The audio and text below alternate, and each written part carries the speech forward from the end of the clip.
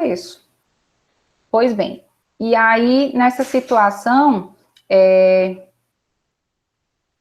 a petição de desistência, né, pode ser tanto unilateral quanto bilateral. Basta verificar se o réu já respondeu aos termos, né, já apresentou sua defesa. Por outro lado, e como exceção, o ato de desistir, ele sempre vai precisar da homologação judicial. Então, eu posso dizer que o ato de desistir é um ato que não produz efeito imediato. Mirna, o que é que distingue mesmo essa situação, se o ato processual é de efeito imediato ou não? O ato processual precisa de homologação judicial. Se ele precisar para produzir efeitos, eu já sei que ele não é de efeito imediato. Se ele dispensar qualquer homologação para produzir efeito, então a gente já sabe que segue a regra e o ato processual segue, tá? Como de efeito imediato. Então, a gente já tem esse panorama. Atos unilaterais, bilaterais, que podem ter como regra efeito imediato e, excepcionalmente, precisar de homologação para produzir efeitos. Homologação do judiciário, tá? Diante disso, né, eu tenho uma classificação também de atos processuais, que também é uma das mais comuns, que divide os atos em dispositivos, postulatórios, tá? Que aí a gente finaliza essa participação dos atos processuais voltados às partes. Então, seguinte, eu tenho que o ato processual, né, unilateral, bilateral, de efeito imediato ou não, ele pode ter praticamente 4 perspectivas de intuito. Atos postulatórios, atos de evento físico, atos instrutórios ou de instrução e atos dispositivos, tá? Então, o que são as situações, né, que envolve tanto o slide passado quanto essa classificação aqui específica? Um ato postulatório é um ato que tem como objetivo, de fato, criar, modificar ou extinguir direitos, diretamente. Por quê? Porque postular é nada mais que pedir. Então, atos praticados pelas partes, como o exemplo da petição inicial para o autor ou da contestação para o réu, são atos em que as partes se manifestam, né, cada um com sua perspectiva de direito, mas o intuito direto é pedir ao judiciário para acolher, né, o seu intento de criar, extinguir ou modificar direito. Até aí, tá tranquilo? Acho que isso aqui é uma coisa que talvez você já viram, né, com um TGP, porque é muito inerente ao encaminhamento processual. Beleza. Os atos físicos, né, como exceção, são esses de movimentação processual, mas que não vão diretamente ao cerne da questão do processo, que é isso, que é o criar, extinguir ou modificar direito. Ele tem a ver com a instrumentalidade, né, com a organização do processo, e é por isso que eu dei o exemplo do ato físico, como pagamento de custas, né? Porque nesse pagamento de custas, eu não estou fazendo nada em relação ao direito, mas eu estou instruindo o processo para que exista a movimentação adequada. Por outro lado, o ato de instrução não. O ato de instrução já tem desdobramento para atingir a finalidade principal, que é criar, extinguir ou modificar direito. O que é o ato de instrução? Instruir, né, é ligado à formação de convencimento que ocorre por meio de provas. Então, quando vocês estiverem lá com o professor Ricardo em Processo Civil 2, ou quem tiver de manhã com o professor Daniel Miranda, vocês vão trabalhar por boa parte do primeiro período com a fase instrutória, que é a fase de produção de provas, tá? Então, são atos que são desdobramentos, né, dos atos postulatórios e que, por sinal, se complementam o objetivo do ato inicial, que é o postulatório, que é trazer provas para o processo para que se possa evidenciar, né, essa perspectiva de se criar, modificar ou extinguir direitos, tá? E a relação de atos dispositivos? Os atos dispositivos, pode repetir atos de evento físico? Posso, Gabriel. Os atos de evento físico, eles não se ligam essencialmente ao propósito maior das declarações das partes, né, que seria criar, extinguir ou modificar direitos. Mas eles são necessários para mover o processo. São atos que tem como classificação por alguns juristas como mecânicos. São atos que organizam o processo, que cumprem requisitos, mas que não têm interlocução de manifestação em voz, né? Seja escrita, seja falada, mas num ato concreto, como pagar custas. Então, toda vida que se faz, toma uma atitude, né, para organizar o processo, para demonstrar requisitos, mas isso é um anexo, é um acessório do pedido principal, eu tenho que isso é um ato de evento físico ou o mecânico, tá? Então, atos juntada de um comprovante de residência. Então, tudo isso são atos que complementam, mas por si só ele não tem esse teor tão essencial do criar, extinguir ou modificar direito, mas são necessários, tá? O ato dispositivo, de nada, querido. O ato dispositivo, ele já tem uma relação muito direta com a situação dos efeitos dos atos. Então, assim, como regra, eu não disse que os efeitos dos atos das partes, uma vez que são manifestados, como regra, eles produzem efeito de imediato, e excepcionalmente é que precisa de homologação do juiz. Pronto, os atos dispositivos estão muito ligados a esse conceito de o ato dispositivo é aquele que precisa, para produzir efeitos, da homologação judicial. Então, Mirna, tranquilamente eu poderia dizer que o ato dispositivo, né, como parte da doutrina e talvez até a majoritária, trata essa classificação de atos praticados pelas partes. O ato dispositivo é aquele que não produz efeito imediato? E não, por que ele não produz efeito imediato, já que ele é a regra? Porque, excepcionalmente, existe uma previsão legal que, para determinados atos, é necessária a homologação judicial.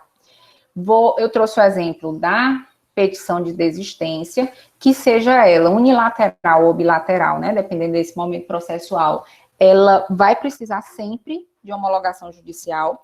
Tanto é que a petição de desistência que vocês também vão fazer no estágio 1, vocês fazem no pedido uma coisa que nem é tão corriqueira nas petições. Vocês fazem um pedido assim, diante do exposto, requer a homologação do pedido de desistência para fins de produção de seus efeitos. Conforme o artigo, aí você, né, faz o desdobramento a partir da composição dos artigos. Mas é necessário, de fato, a homologação judicial. Eu já falei assim, petição de desistência pelo menos 52 vezes. Não foi?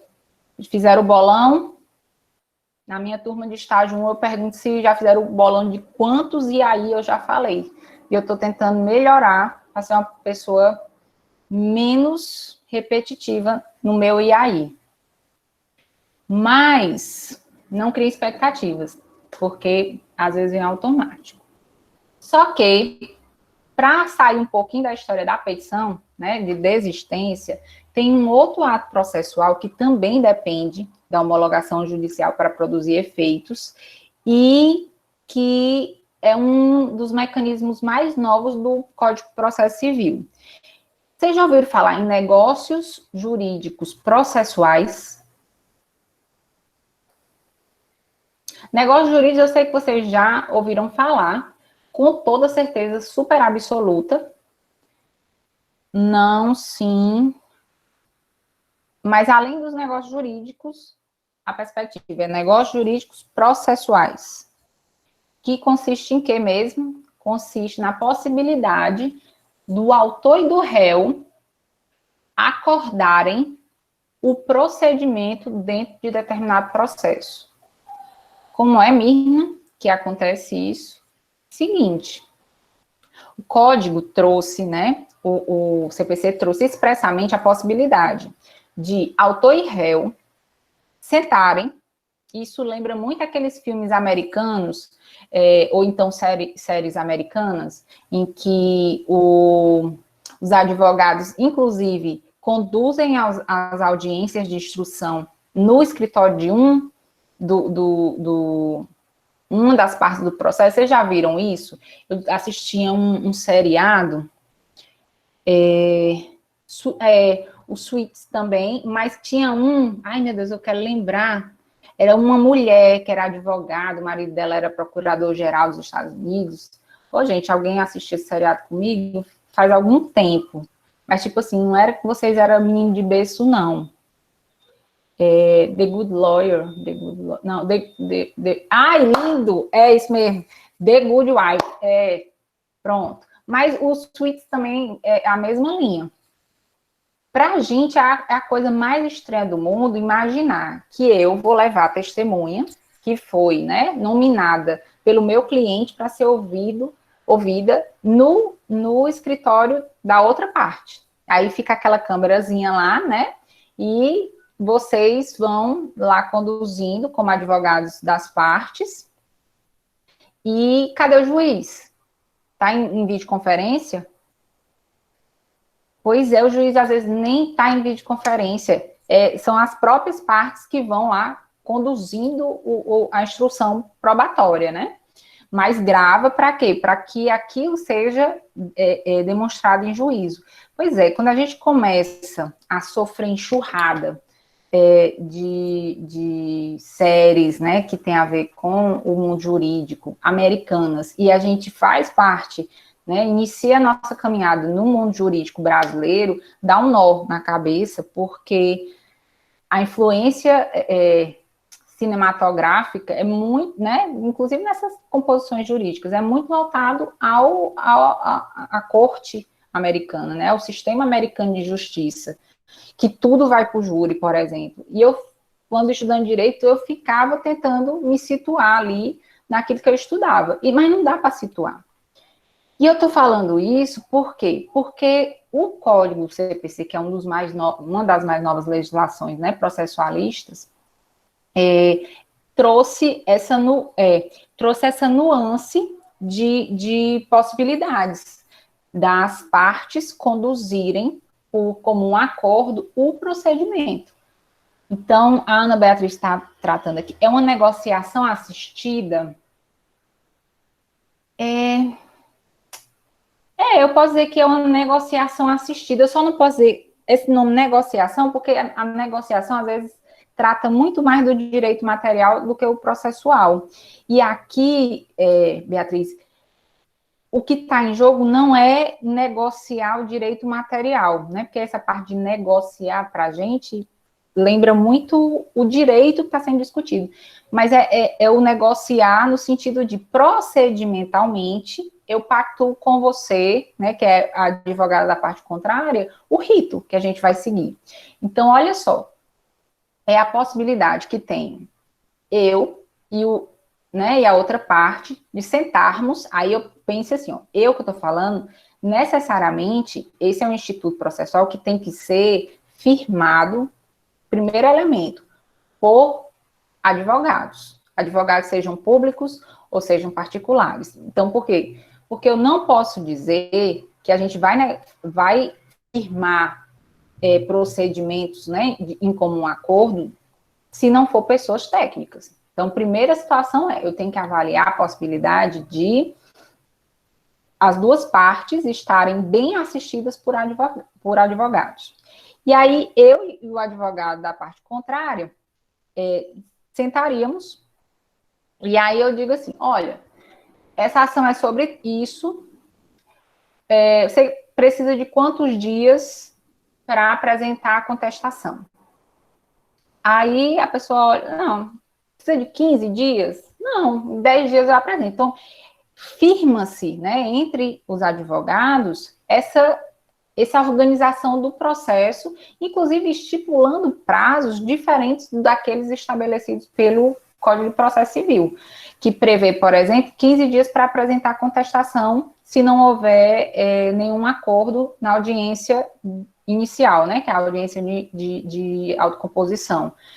E aí eu posso até dizer assim, ó, a gente não precisa de audiência de composição, o prazo para a defesa vai ser de 10 dias.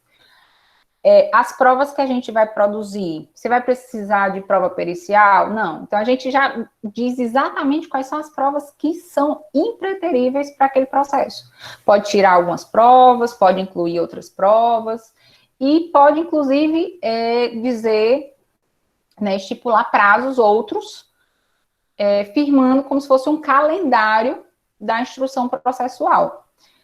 Só que, veja bem, aqui no direito brasileiro, diferente, né, do que a gente acompanha nos seriados do mundo jurídico americano, que eles fazem mesmo, sem a participação judicial, mas pega todo aquele conteúdo produzido pelos advogados e manda para o judiciário, aqui é possível fazer essa negociação procedimental, mas essa negociação procedimental, e aí a Ana Beatriz foi muito certeira, no sentido que ela falou assistida, porque o juiz precisa homologar essa vontade. Então, eu posso convencionar o que for com a outra parte em relação ao procedimento. Aqui a gente não está entrando em acordo quanto ao objeto do litígio, mas a gente está entrando em acordo em relação ao procedimento. Mas se o juiz avaliar aquela situação, né, procedimental proposta, e não concordar, já que não é adequado aos princípios, por exemplo, constitucionais, que aquilo ali, né, extrapola uma relação de proteção, de garantia das partes, o juiz pode não homologar. E eu estou falando exatamente dos negócios jurídicos processuais, porque é um exemplo mais atual de atos processuais produzidos pelas partes, né? Ou seja, nessa circunstância, é necessariamente bilateral, porque exige essa condução, né, das partes contrárias chegarem a um acordo quanto ao rito a seguir, mas que só produz o efeito se houver homologação do judiciário. Então, eu posso acordar o que for, se o juiz não homologar aquele plano procedimental, não vale de nada. E negócios jurídicos processuais, eu acho que é um conteúdo que vocês vão explorar razoavelmente bem em processo 3, foi até tema da minha dissertação de mestrado, eu sou muito encantada por esse assunto. Quem está aí com o CPC assim na tela, é o artigo 190, se alguém tiver, por favor.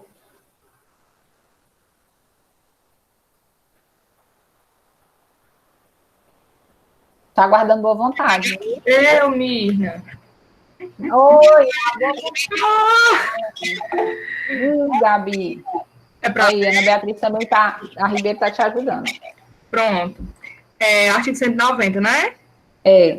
Versando o processo sobre direitos que admitam autocomposição, é lícito às partes plenamente capazes estipular mudanças no procedimento para ajustá-lo às especificidades da causa e convencionar sobre os seus ônus, poderes, faculdades e deveres processuais, antes ou durante o processo.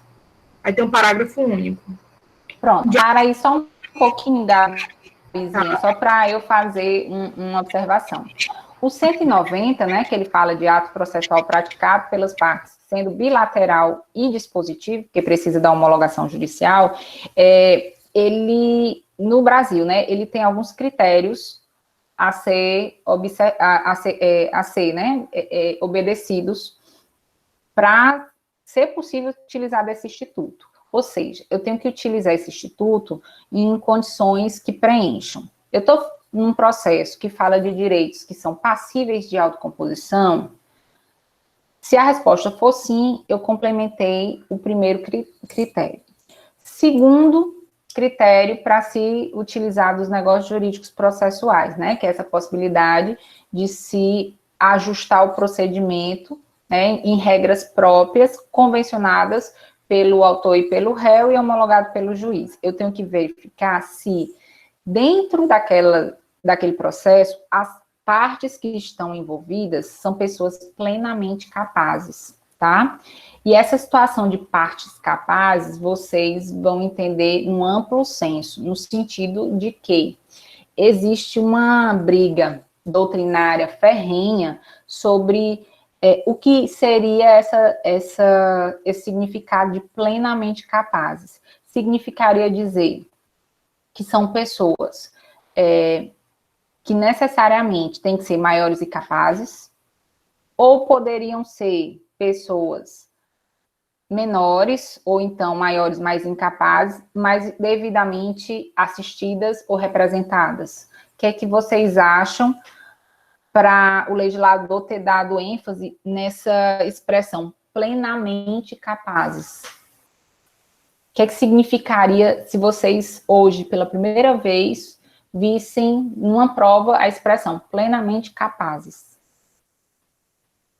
Qual era o sentido que vocês entenderiam da expressão?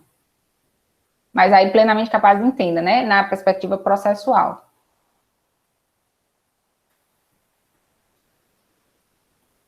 Vamos cá. Que não precisa de assistência e apresentação. Isso é uma das primeiras significados, né? No sentido de não pode envolver menor nem incapaz, ainda que assistidos ou representados.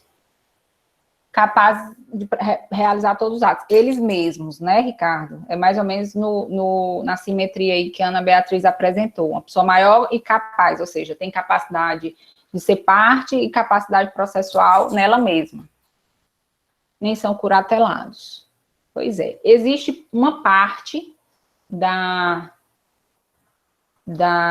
dos juristas que defendem isso, que a pessoa, né, tem que ter em si capacidade de ser parte e a capacidade processual, não podendo ser complementada nem por assistência, nem por representação.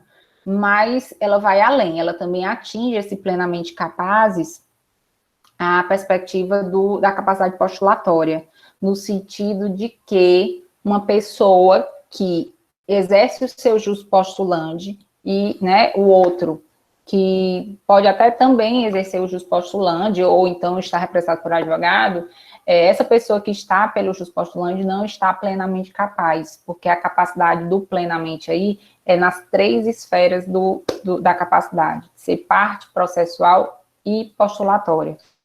Até porque, como um instituto processal estritamente técnico, né, se não for um advogado, não é possível dar essa paridade de tratamento ao processo, se não for, né, de advogado para advogado.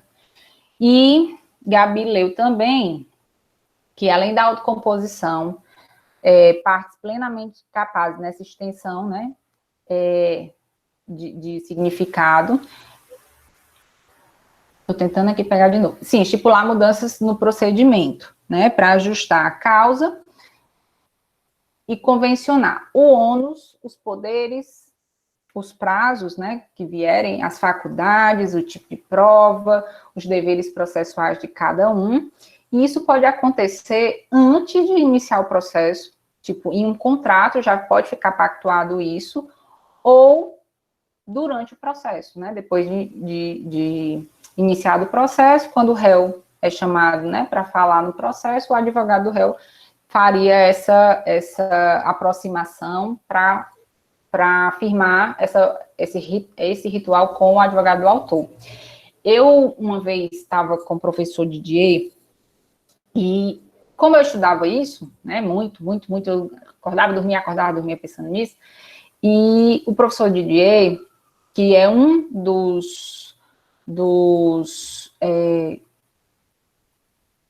criadores, né, das normas do CPC, ele foi, acho que ele e o professor Dinamarco foram os 2 principais atuantes para se chegar à lei atual do CPC. E o professor Didier falando como se, assim, tudo que o DJ fazia na advocacia, tudo funcionava por negócio jurídico processual. Então, ele diz assim, mas isso aí, menina, eu resolvi por negócio jurídico processual. Não. Aí eu ficava, assim, encantada, porque eu imaginava o seguinte, a situação de que eu ia chegar, por exemplo, com um colega, tipo o professor Nilo, né, nós patrocinando, cada um patrocinando um cliente, mas aí a gente sentou e organizou o procedimento. Quando organizou o procedimento, apresenta para o juiz, juiz, a gente não vai querer essa prova, vai querer essa, o meu prazo é esse para apresentar a contestação, esse aqui vai para juntar documento, não sei de quê, e eu conseguia ver, assim, com muita tranquilidade, que o judiciário cearense ia ter um certo estranhamento. Porque, assim, um pouquinho, você tira muito da mão do juiz o controle procedimental, né? E eu fiquei pensando só no desconforto de alguns juízes em dizer assim, quem vai dizer como é que é o ritual aqui, que dia vão ter as audiências e, enfim, deixar tudo agendado, são os advogados das partes e não o juiz. E eu falei que aqui no judiciário, eu já tinha feito uma pesquisa, isso inclusive de campo, em 2018, nenhum juiz aqui nas várias cíveis de Fortaleza utilizaram do Instituto. Então, eu fiquei pensando, por quê, né? Era o desconhecimento, era o receio, né, de utilizar o Instituto. Então, e o Didier só mostrava que parecia, assim, que a advocacia dele só se movia agora por negócios jurídicos processuais. Aí depois eu caí em mim, eu digo, menina, é aquela história, né? A gente tira os outros pela gente, e vice-versa. Aí eu fiquei pensando, cara, o Didier é o advogado que patrocina as maiores empresas do Brasil, né? Assim, a banca de advocacia dele é uma das maiores, inclusive de bancos, né? A cartela dele de cliente é absurda. Então, assim, óbvio, ele só lida com multinacionais, então isso é uma perspectiva que é natural. E ele é o Fred Didier. Aí eu fiquei pensando, não, óbvio que para ele a coisa flui, porque existe aí um trato de vivência, né, que também transcende uma justiça mais clássica, né, por assim dizer, da modalidade cearense, que tudo é muito mais no controle do juiz. Peraí, que Lara escreveu aqui, peraí. Mirna, mas o que uma representação, uma assistência poderia vir a prejudicar a estipulação dessas mudanças? Qual o motivo dessa previsão? Pois é, Lara, é exatamente o que eu falei, assim, bem no comecinho, quando eu fiz a pergunta, o que vocês acham que é plenamente capaz? E essas indagações que você está trazendo é exatamente a indagação também trazida por parte da doutrina que fala que, certo, mas se for um menor assistido ou representado, houve a completude dessa capacidade, né? E, assim, eu li bastante, li todos esses argumentos e tudo, tenho para fazer a colocação, né, mais global, que a circunstância de estar assistido ou representado, a meu ver, também não prejudicaria, até porque a assistência e a representação, ela está voltada a uma complementação da capacidade processual, o que não quer dizer que a pessoa está desamparada, né? Tipo, não é a pessoa que não está na sua cognição plena que está exercendo o direito diretamente, muito pelo contrário, ela está necessariamente assistida e representada para ter essa completude. Né? E isso é o que a parte dos juristas tratam. Só que, por que hoje se convencionam uma doutrina majoritária do plenamente capaz que teria, né, a exigência de uma pessoa que esteja no polo ativo ou passivo, que tem em si mesma capacidade de ser parte, capacidade processual e, obviamente, essa capacidade postulatória é extremamente importante. Porque que essa é o entendimento hoje majoritário. Porque a Lei 9.099, né, que é a Lei dos Juizados Especiais do Estado, ela já tem uma menção nesse sentido. E como ela é uma lei de 95, essa expressão, né, lá na 9.099, já traduzia isso. Então, a doutrina que se vincula ao plenamente capaz, no significado de ser uma pessoa, né, uma das partes que esteja na sua completude e que integre em si mesma a capacidade de ser parte e processual, é muito voltada a essa sedimentação de significado que já foi trazido e foi, obviamente, alimentado durante todos esses anos pela Lei 9.099. Mas, enquanto que na 9.099 esse significado era único, hoje a gente já tem parte de excelentes processualistas que já trazem, né, essa outra nuance que você também nos traz fazendo essas duas indagações, tá? Aí eu, né, fazendo outra reflexão sobre isso. E por que aquela doutrina majoritária continua sendo majoritária? Porque nós temos ainda, principalmente em determinados estados, uma ritualística procedimental muito...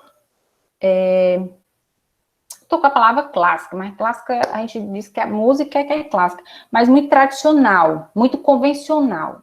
Convencional no sentido de aquela circunstância mais rígida, né? Que não permite novos entendimentos.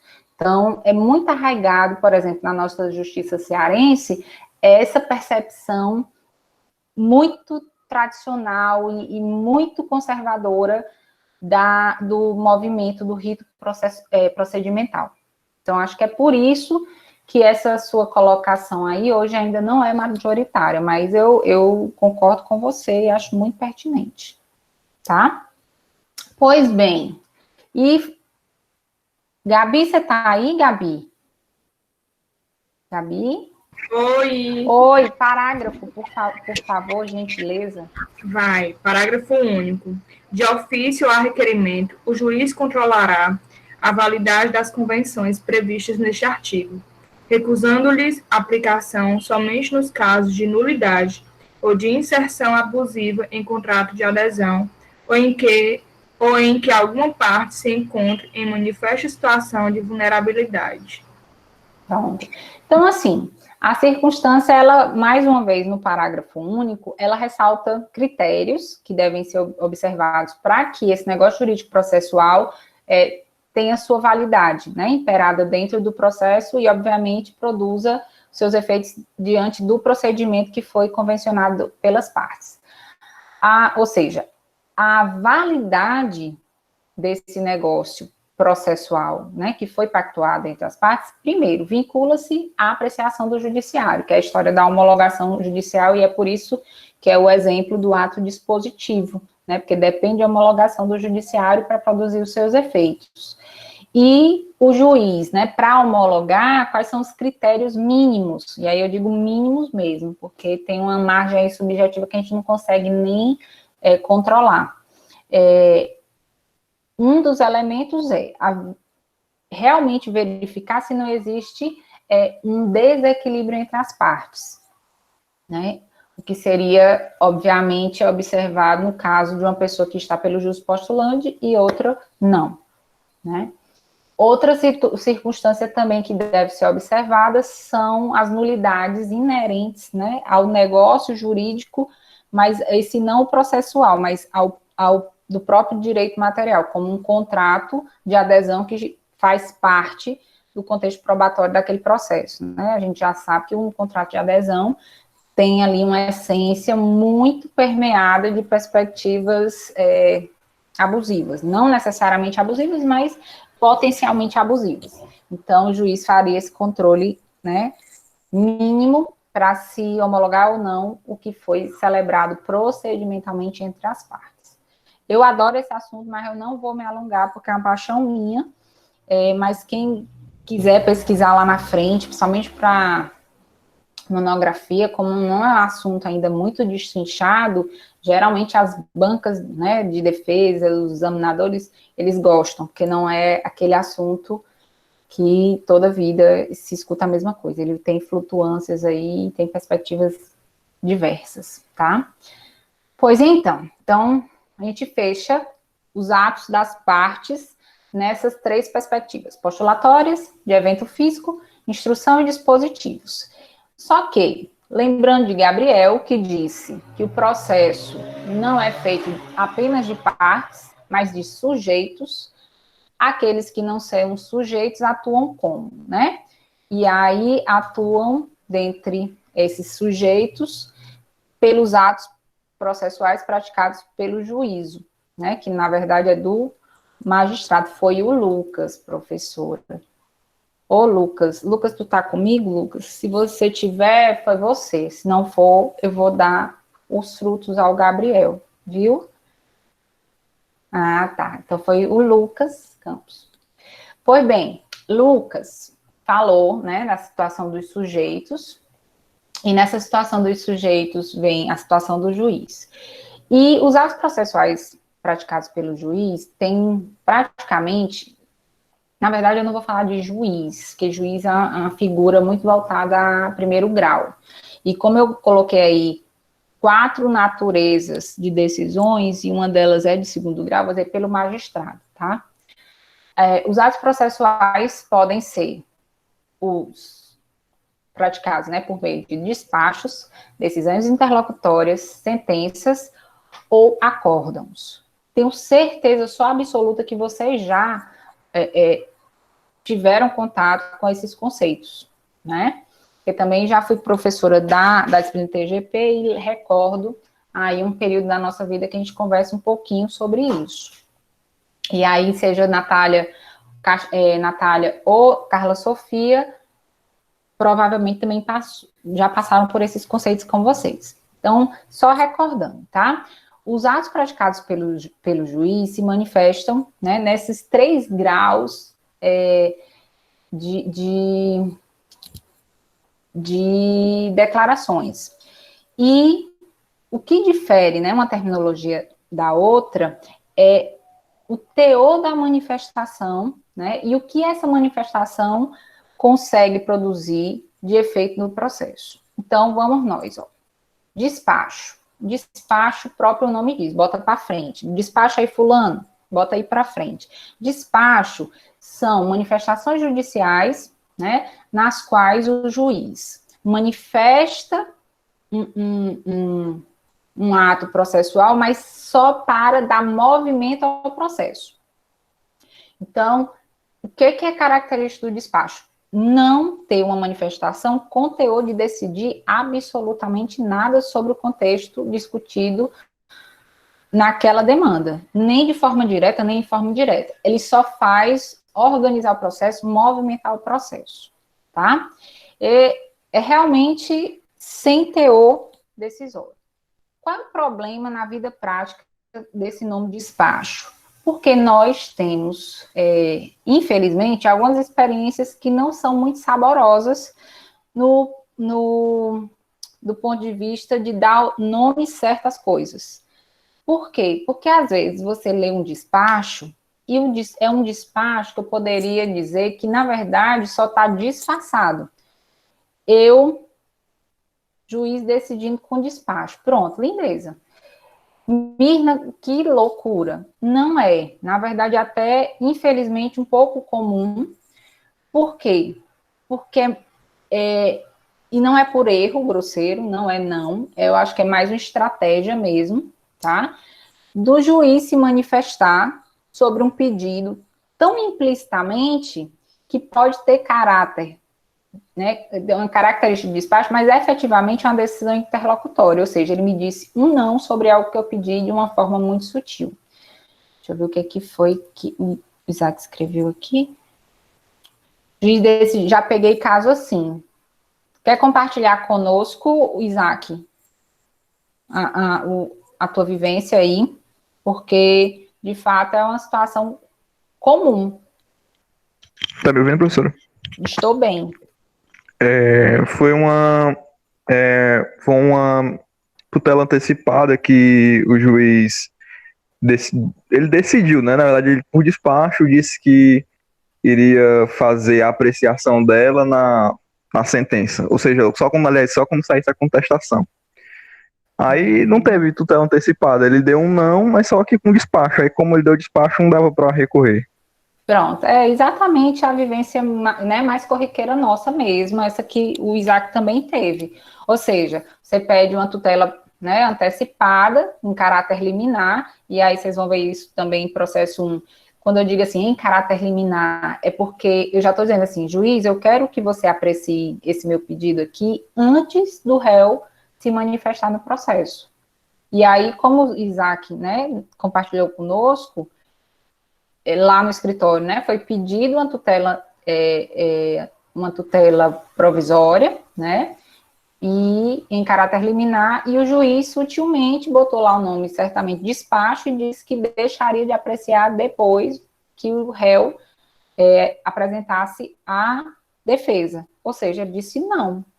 Então, diga não e bote o nome correto, porque que é o dissabor que o Isaac teve. Do despacho, já que a natureza não tem nenhum teor decisório, não cabe recurso. Mas um negócio desse que diz um não sutil, né, mas sendo um outro teor, a gente, mesmo tendo um despacho, a gente entra com agravo de instrumento, porque isso é um despacho travestido, né, porque ele é, na verdade, uma decisão interlocutória. E aí, pegando o gancho, e a decisão interlocutória? Antes que vocês me enxotem daqui, da nossa aula. A decisão interlocutória, que, né, vem dessa linguística de interlocus, que é entre locuções, entre uma locução e outra, ou seja, no desenrolar do processo, mas não no fim dele, né, no sentido de fim, no posicionamento final do juiz de primeiro grau, existem pequenas decisões. E diante dessas pequenas decisões, algumas têm mais impacto no final do processo, né, mas todas elas, de forma indireta, podem contribuir para um menor ou maior êxito ao final. Entendam o final aqui, no meu significado, de sentença, tá? Então, imagine o seguinte.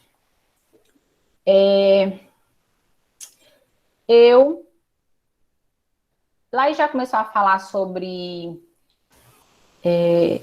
insalubridade, adicional de insalubridade, periculosidade, alguma coisa assim,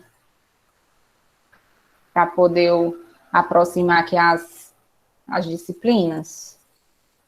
Sim. Vocês também? Não, sim. Mais um, só para tirar aqui o empate.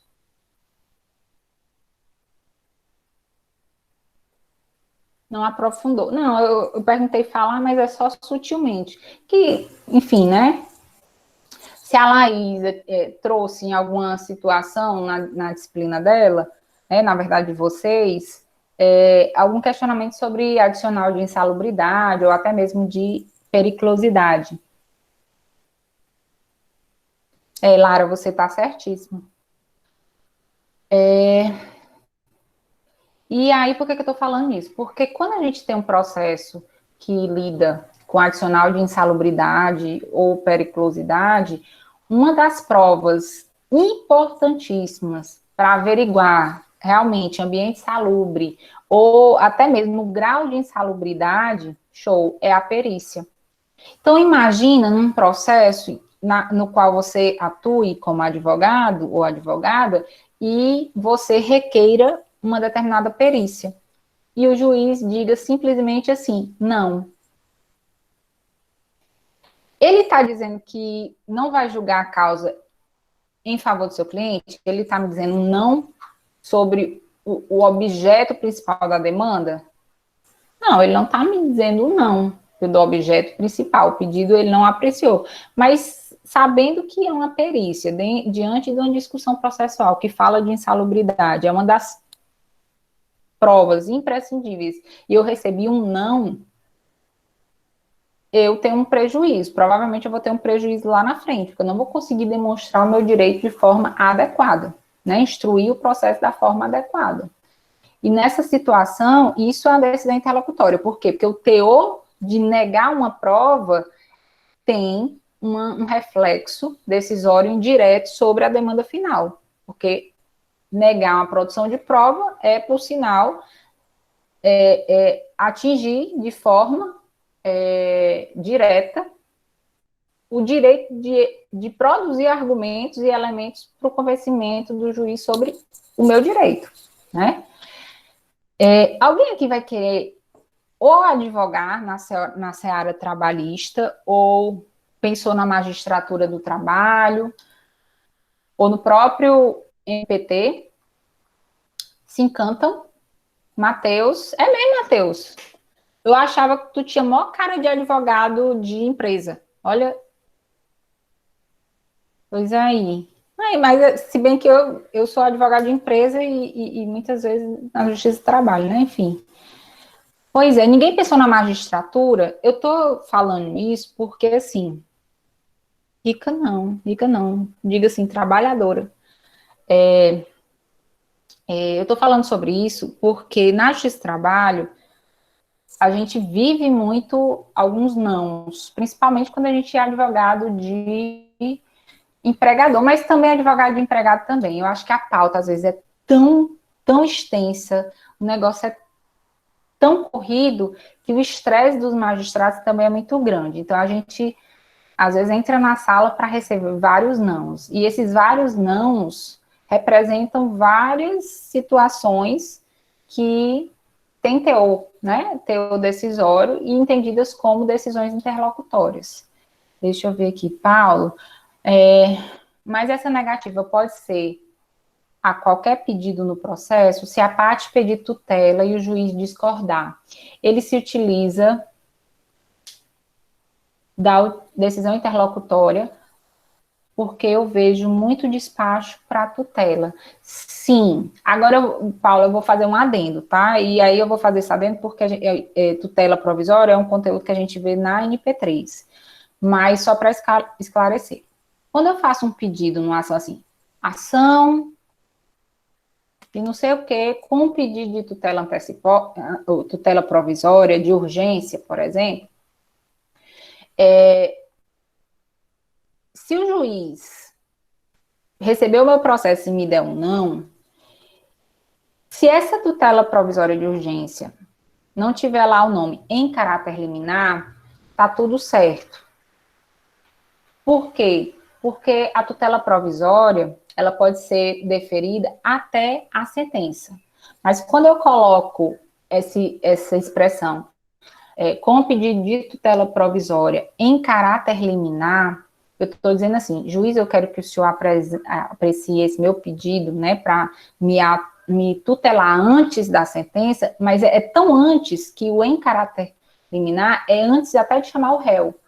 Então, no caso do Isaac, foi um despacho que, na verdade, era uma decisão interlocutória, como a Lara também ressaltou, porque, sendo em caráter liminar, ele deu um não. E ele deu um não quando o pedido era expresso, que queria que o juiz se posicionasse, né, pelo sim ou pelo não, antes da contestação. No seu caso, eu não sei como foi, mas na hora que a pessoa pede, né, com o pedido de tutela provisória e não diz que é em caráter liminar, se é em caráter liminar, com certeza é o que aconteceu com o Isaac e a Lara também ressaltou. É uma decisão interlocutória com o nome de despacho, tá? Então, infelizmente, acontecem essas coisas, e às vezes é o que o Isaac também falou. A estratégia para que as pessoas não recorram, né? Mas, enfim, a gente recorre do mesmo jeito. Pois bem, sobre essa questão da decisão interlocutória, a gente lembra muito das liminares, né, sobre esses pedidos de tutela com pedido liminar. Nós lembramos muito do pedido de provas, e na Justiça do Trabalho eu faço essa associação de pedido de prova e não, porque eu levo muito não. Inclusive, às vezes, para ouvir testemunha. Tá? Porque às vezes você tem duas testemunhas e o juiz diz assim, não, escolha só uma. Não, doutor, mas é porque eu tenho uma testemunha que vai falar sobre isso, a outra vai provar aquilo, e aí ele manda a gente escolher um pouco de muita pressão. Então, na hora que ele não deixa eu escutar minhas únicas duas testemunhas, porque ele está com a pauta estourada, eu acabo levando um não, peço para esse não, né, da segunda testemunha ser registrado em audiência, porque, né, aí é uma perspectiva de recorrer, porque eu fui cerceada da oportunidade de produzir as provas que eu tenho direito a produzir pelo próprio rito, pelo próprio procedimento e previsão legal, tá? Pois bem, vou parar por aí, e daí, na segunda, a gente fecha e já começa a trabalhar prazo, tá? Que é a coisa mais maravilhosa de processo, é contar prazo. Vou fazer aqui uma chamadinha rapidinha, tá? Para eu não tirar. Não, mas é só para poder a gente ter interação. Porque, por exemplo, teve gente que não deu presença no Moodle e só se salvou porque eu tinha feito a chamadinha aqui. Tá vendo? Vamos nós. Vou começar de trás para frente, né? Amandinha, cadê? Amandinha. Você está aí, Amandinha? Yuri. Valéria.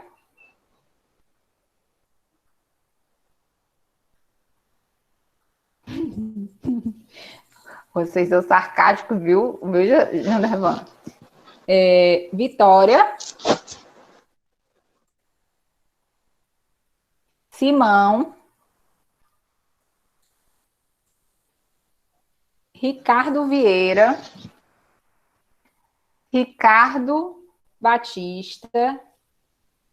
Raíza e Rayane.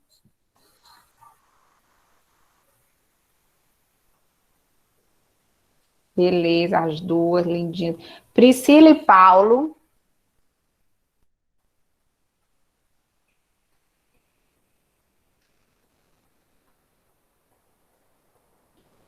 Maia e Matheus. Não, Caio, é porque eu comecei de trás para frente. Como disse Jandervan, os exaltados serão humilhados. Alguém falou isso. Matheus, tá aí, tá? Tá aí, Matheus? Me abandone, não?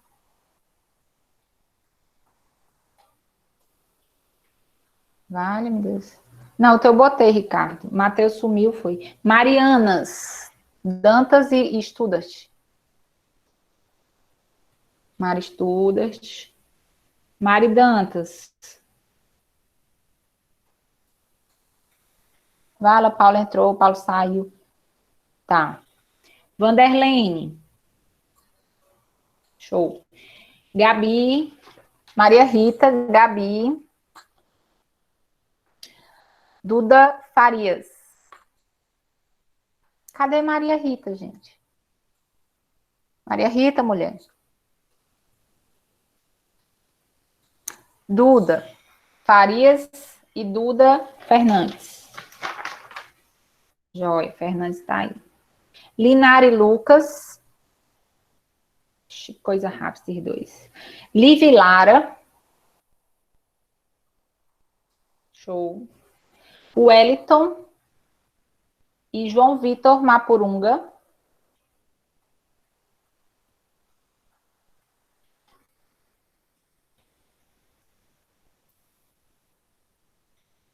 Aí vocês estão mandando mensagem para os colegas, né? Mas, rapaz, sei não, viu? Oi, Matheus, tu tinha saído. Matheus.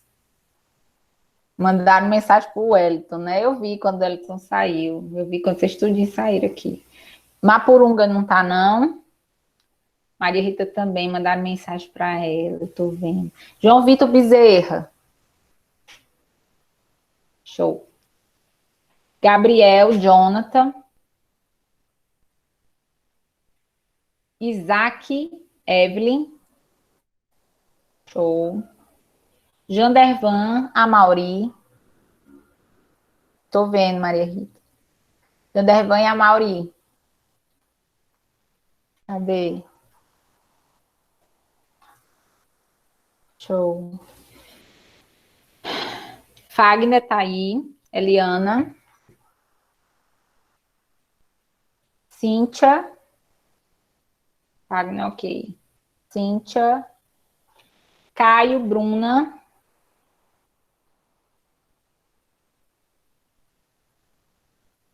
Beatriz. Caio, ok. Beatriz.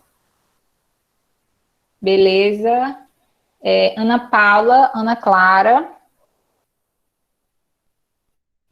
Ana Beatriz e Ana Beatriz. Precisa? Já estou fazendo aqui por segurança. Pronto, as duas Ana Beatriz. Ana Clara, não. Tchau, gente. Boa restinho de semana, viu? E fiquem com Deus, se cuidem. Qualquer coisa a gente se fala lá no grupos. Adeus, babies.